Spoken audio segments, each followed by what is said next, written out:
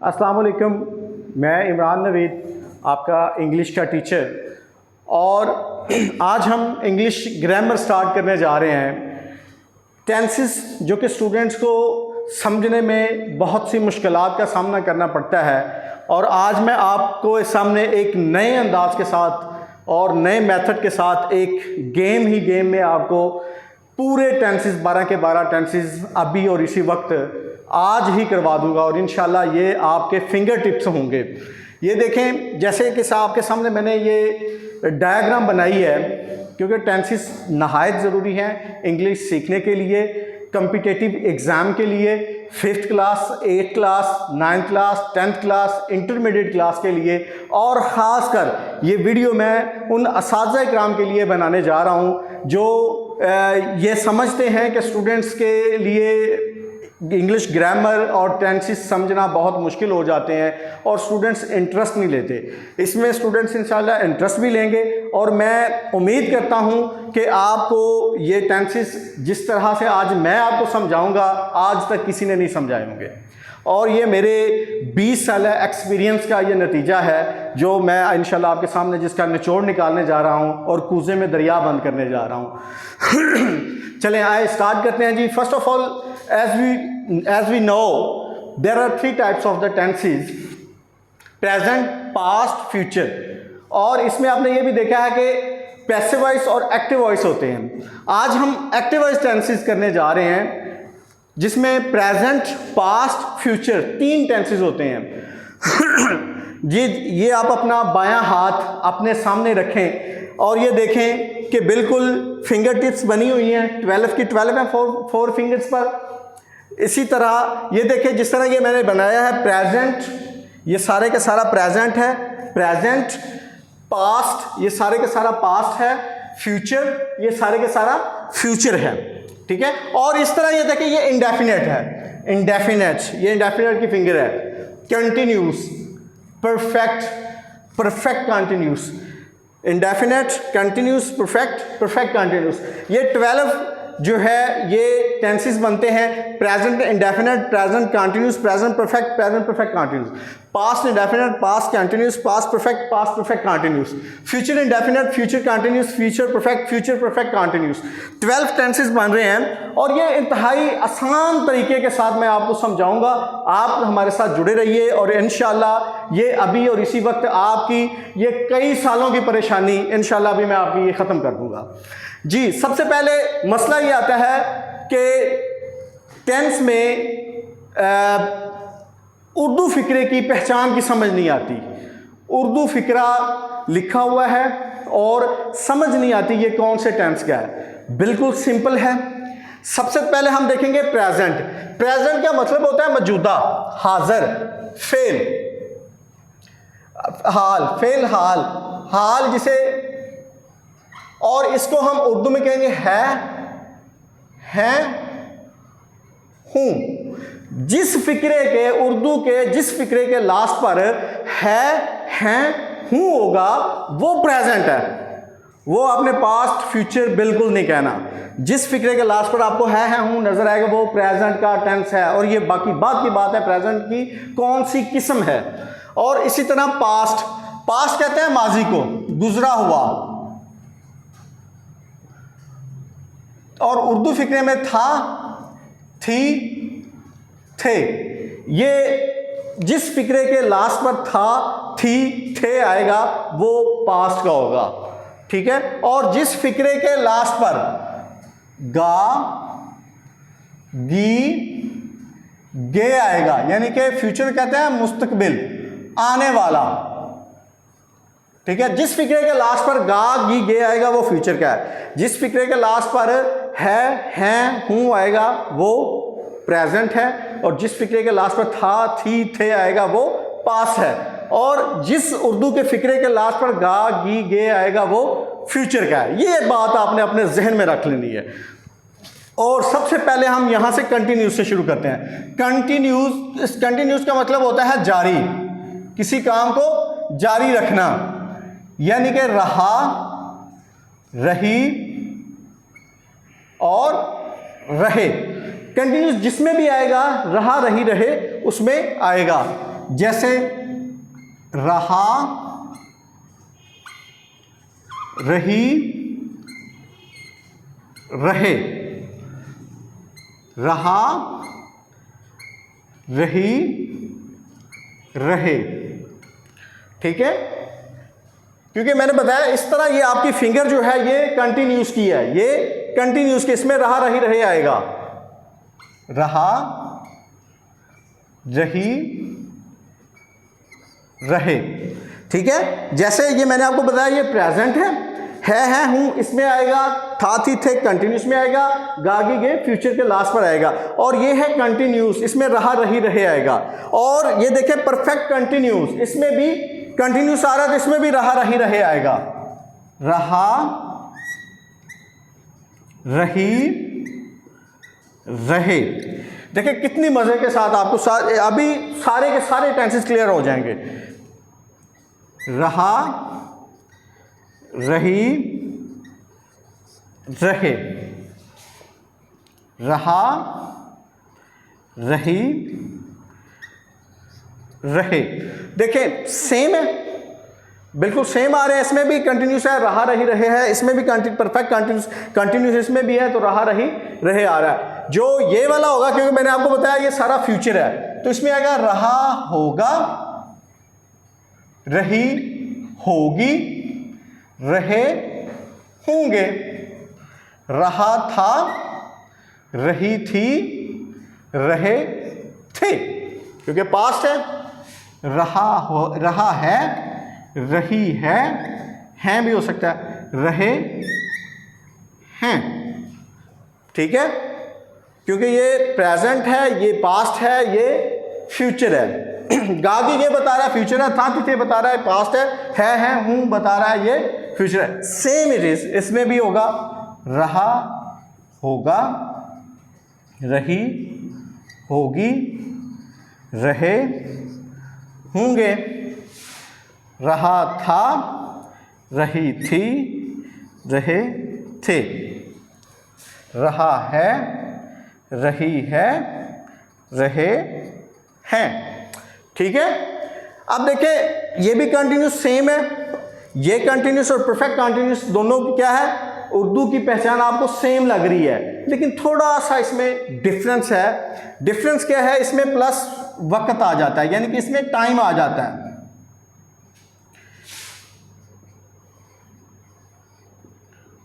Plus वक्त, यानी कि इसमें टाइम आएगा, इसमें टाइम नहीं आएगा। फॉर एग्जाम्पल जैसा कि हम कहते हैं बच्चा रो रहा है, ठीक है, ये सिंपल है, आ गया जी, प्रेजेंट कंटिन्यूस है। बच्चा रो रहा था, पास्ट कंटिन्यूस है। बच्चा रो रहा होगा, फ्यूचर कंटिन्यूस है।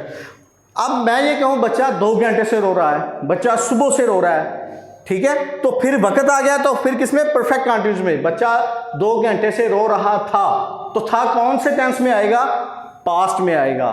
तो रहा आया है, वक्त आया है, पास्ट परफेक्ट कंटिन्यूस में आ जाएगा।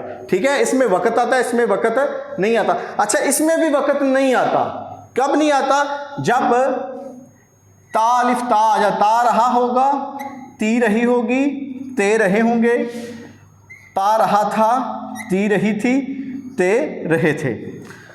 ता रहा है, ती रही है, ते रहे हैं। अच्छा, इनकी आपको पहचान 6 टेंसेस की आपको समझ लग गई उर्दू फिक्रे में। अब आप समझ सकते हैं कि अगर उर्दू में फिक्रा बोला जाए, ठीक है, और आप कंटिन्यूस और परफेक्ट कंटिन्यूस में आप समझ कर सकते हैं। अच्छा, इसके साथ ये परफेक्ट का टेंस है। परफेक्ट का मतलब होता है मुकम्मल, परफेक्ट। परफेक्ट का मतलब क्या है, मुकम्मल। इसमें काम मुकम्मल हो चुका है, ठीक है। ऐसा ज़माना जिसमें काम मुकम्मल हो जाए वो परफेक्ट का होता है। अब ये देखना है परफेक्ट कौन से टेंस का परफेक्ट है जी। चुका, चुकी, चुके, चुका, चुकी, चुके। चुका, चुकी, चुके। ठीक है, आपके जैसा कि मैंने आपको बताया ये फ्यूचर की है। ठीक है, फ्यूचर की पहचान लास्ट पर गा गी गे आएगा। चुका होगा, चुकी होगी, चुके होंगे। चुका था फ्यूचर है, अब पास्ट है। चुकी थी, चुके थे। चुका है, चुकी है, चुके हैं। ठीक है जी, इसमें यह भी आता है उसने वो अपना काम कर चुकी होगी या उसने अपना काम कर लिया होगा। ठीक है, वो खत लिख चुका होगा या उसने खत लिख लिया होगा। लिया, ली, लिए भी इसके लास्ट पे आएंगे तो भी परफेक्ट का होगा। ठीक है, लिया, ली, लिए, लिया, लिया है, ली है, लिए है। ठीक है, ये भी इसी की पहचान है क्योंकि उसने काम मुकम्मल कर लिया है। तो ये भी पहचान है, चुका, लिया होगा, ली होगी, लिए होंगे, लिया था, ली थी, लिए थे। ये फिक्रे के लास्ट पर आएंगे तो परफेक्ट का होगा। था, थी, थे है तो पास्ट है, क्या है होगा तो फिर प्रेजेंट क्या, गा, गी, गे होगा तो फ्यूचर का है। हाँ जी, इन 9 टेंसेस की आपको समझ लगी है, उर्दू में फिक्रा है और आप उसे पहचान सकेंगे। इसी तरह गा, गी, गे। गा, गी, गे जिस फिक्रे के लास्ट पर आएगा वो स्कूल जाएगा, वो स्कूल जाएगी, वो स्कूल जाएंगे। तो फिर क्या होगा, ये फ्यूचर का। फ्यूचर कौन सा, इंडेफिनेट, क्योंकि ये इंडेफिनेट की फिंगर आ रही है। ठीक है, गा, गी, गे, रहा होगा, रही होगी, चुका होगा, चुकी होगी, लिया होगा, रहा होगा, रही होगी, रहे होंगे प्लस वक़्त। इसी तरह पास्ट इंडेफिनेट। पास्ट इंडेफिनेट में अलिफ यानी कि या, अलिफ या। ठीक है, अलिफ या, अलिफ या, छोटी ये, बड़ी ये। वो स्कूल गया, या अलिफ या आ गया, वो स्कूल गई, छोटी ये आ गई। गी और गई में फर्क है। और वो स्कूल गए, गए, बड़ी ये आ गया। और इसमें ये भी है, ता था, ती थी, ते थे। ठीक है, ये भी इसी में आता है। वो स्कूल जाता था, जाती थी, जाते थे। तो पास्ट इंडेफिनेट ही होगा। प्रेजेंट इंडेफिनेट ता है, ती है, ते हैं, ता हूं वगैरह। ठीक है, उर्दू फिक्रे के आखिर में ता है, वो स्कूल जाता है, जाती है, जाते हैं, क्योंकि है हूं मैं आपको बता चुका हूं प्रेजेंट है, था, थी, थे पास्ट है, गागी के फ्यूचर है। और इसके पिछला लफ्ज आपको बताता है ये फ्यूचर का कौन सी उसकी किस्म है। और यहाँ तक मुझे उम्मीद है कि आप उर्दू फिक्रे की पहचान कर सकेंगे। और इसके बाद एक बैरियर ये भी है स्टूडेंट्स के लिए, ये बड़ी कन्फ्यूजन का बायस बनता है कि सर हमें पता नहीं चलता कौन से टेंस में कौन सी फार्म आनी है। अब जी हमें उर्दू में फिक्रा लिखा हुआ है, उसकी हमें पहचान होगी है, ये फलां टेंस का है। अब ये नहीं पता कि इसमें फार्म कौन सी आनी है। फार्म के लिए बिल्कुल सिंपल सा मैं आपको मेथड बता देता हूँ। First, second, first. अपना लेफ्ट हैंड अपने सामने रखें और ऊपर वाली फिंगर के आप देखें फर्स्ट, सेकंड, फर्स्ट। ये प्रेजेंट की फिंगर है, फर्स्ट, सेकंड, फर्स्ट। ये प्रेजेंट, ये इंडेफिनेट की फिंगर है। ये प्रेजेंट इस तरह, पास्ट इस तरह, फ्यूचर इस तरह है, और इस तरह ये इंडेफिनेट है। अब ये कंटिन्यूस, कंटिन्यूस जहां पर भी आएगा, कंटिन्यूस जहां पर भी आएगा तो फर्स्ट फॉर्म के साथ आपने उसके साथ आईएनजी लगाना है। फर्स्ट फॉर्म के साथ आपने आईएनजी लगाना है। फर्स्ट फॉर्म के साथ आपने आईएनजी लगाना है। फर्स्ट फॉर्म के साथ आपने आईएनजी लगाना है। ठीक है, इंडेफिनेट में पहली, दूसरी, पहली। ठीक है, फर्स्ट फॉर्म के साथ आईएनजी।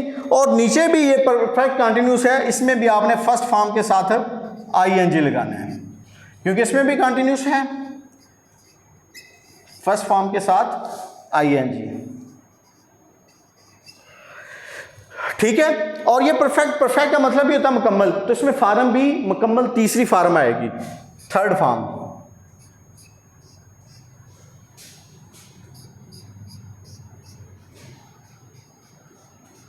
जी, इसमें फॉर्म थर्ड आ गई, ये देखें, first second first, first form के साथ I N G, third form first form के साथ I N G, first second first form के साथ आईएनजी, थर्ड फॉर्म और फर्स्ट फॉर्म के साथ आईएनजी। जैसे आपको पता चलता जाएगा जी ये वाला टेंस आ गया है जी, पर चुका था, चुकी थी, चुके थे उर्दू में आ गया है, तो ये पास्ट परफेक्ट क्या है, पास्ट परफेक्ट में थर्ड फॉर्म इस्तेमाल होनी है।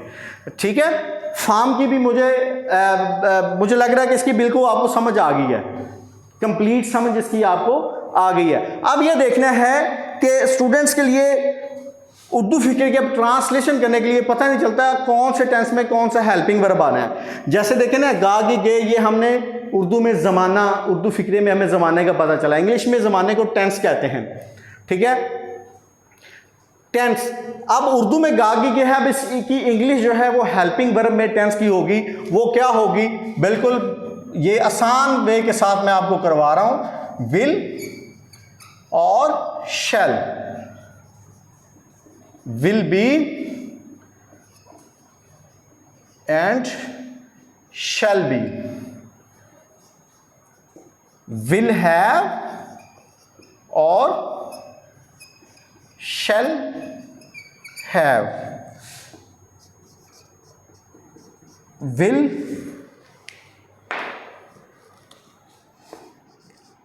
have been and shall have been।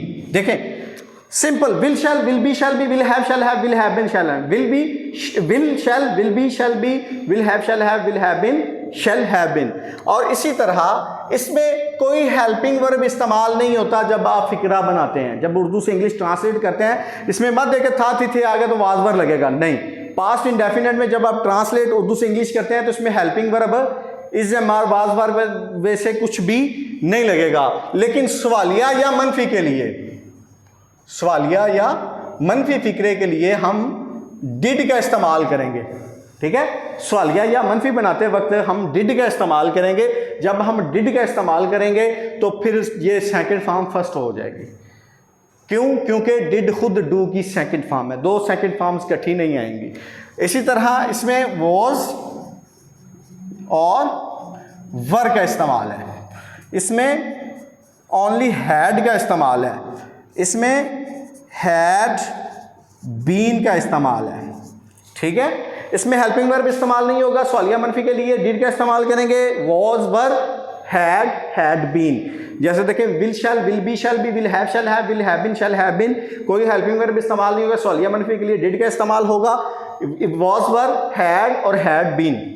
इसी तरह प्रेजेंट इंडेफिनेट में भी कोई हेल्पिंग वर्ब इस्तेमाल नहीं होता। अब ये नहीं है वो स्कूल जाता है तो हम कहेंगे जी है आ गया तो इसमें इज एम आर का तो इस्तेमाल होना चाहिए ना, नहीं, इसमें कोई helping verb is am are was were का इस्तेमाल नहीं होता। लेकिन सवालिया या मनफी के लिए डू या डज का इस्तेमाल होता है। इसकी मैं आगे इनको एक्सप्लेन करूंगा, इनकी एग्जांपल्स के साथ आपको समझाऊंगा, क्योंकि इंग्लिश जो है ये एक लैंग्वेज है और लैंग्वेज जो है वो प्रैक्टिस से आती है, इस्तेमाल करने से उसकी वोकैबुलरी आती है और सेंटेंसेस को एक दूसरे के साथ शेयरिंग से और लिखने से, अगर आप if you want to English writing power then you write more and more even you write wrong. तो इसी तरह आप जब प्रैक्टिस करेंगे मैं आपको इसकी प्रैक्टिस करवाऊंगा। ये नॉलेज नहीं है, ये लैंग्वेज है और लैंग्वेज के लिए हमें एक अच्छा एनवायरनमेंट चाहिए जो इंशाल्लाह मैं आपके लिए प्रोवाइड करूंगा।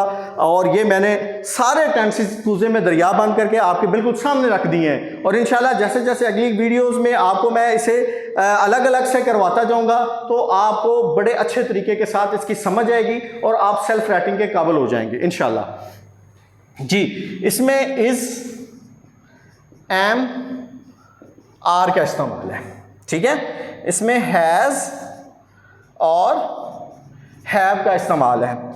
इसमें जी हैज़ बीन और हैव बीन का इस्तेमाल है। जी, ये सारे टेंसेस मैंने आपके सामने रख दिए हैं, उनका स्केच बना के सारी अलामात आपके सामने रख दी हैं। अब इसका सिर्फ मेथड रह जाएगा कैसे बनाना है। पहले आपको उर्दू फ़िक्रे की शनाख्त करवाइए। उर्दू फ़िक्रा लिखा होगा तो उसे हमने कैसे उसे आइडेंटिफाई करना है, कौन सी टेंस की कौन सी एक किस्म है, और उसके बाद इसमें हेल्पिंग वर्ब कौन सा आना है और इसमें फार्म कौन सी आनी है। देखिए फर्स्ट सेकंड फार्म की मैं आपको बताऊं, फर्स्ट सेकंड फर्स्ट फार्म के साथ I N G, third form first form के साथ I N G, will shall will be shall be will have been shall have been, कोई हेल्पिंग वर्ब इस्तेमाल नहीं होगा। सवालिया मनफी के लिए डिड इस्तेमाल होगा। वाज वर हैड बीन, कोई हेल्पिंग वर्ब इस्तेमाल नहीं होगा। सवालिया मनफी के लिए डू या डज का इस्तेमाल होगा। Is am are was were और is am are has have और has been have been had been. और इंशाल्लाह आप हमारे साथ जुड़े रहिए और ग्रामर आपके लिए मुश्किल नहीं होगी। मैं रहने ही नहीं दूंगा इंशाल्लाह, आपके लिए ग्रामर को मुश्किल रहने नहीं दूंगा। नए से नए अंदाज के साथ आपके साथ मैं शेयरिंग करूंगा। आप अपने अगर टीचर हैं तो आप अपने स्टूडेंट्स को बड़े अच्छे तरीके के साथ आप समझा सकते हैं। अगर आप पेरेंट्स हैं तो अपने बच्चों को बिल्कुल यहाँ से आपको गाइडलाइन मिल जाएगी, आप उनके साथ उन्हें समझा सकते हैं। अगर आप स्टूडेंट्स हैं और इसको जो मेरा लेक्चर है इसे आप अच्छे तरीके से अगर आपने सुना है और उसे खुद से आप ये चार्ट अपनी कॉपी पे बनाएं, रजिस्टर पे बनाएं और ज़बानी बनाएं, और ये सारी चीज़ें आपके माइंड में क्लिक कर जाएंगी, बैठ जाएंगी। फिर जब आपको आगे जैसे जैसे प्रैक्टिस करवाता जाऊंगा तो इंशाल्लाह ये आपके लिए मुश्किल नहीं होगा। होप सो अगर आपको ये हमारी वीडियो अच्छी लगी, ये आज का लेक्चर आप समझते हैं कि आपके लिए बड़ा फ्रूटफुल साबित हुआ है, तो हमारे इस चैनल को सब्सक्राइब कर दीजिएगा। अल्लाह हाफिज़।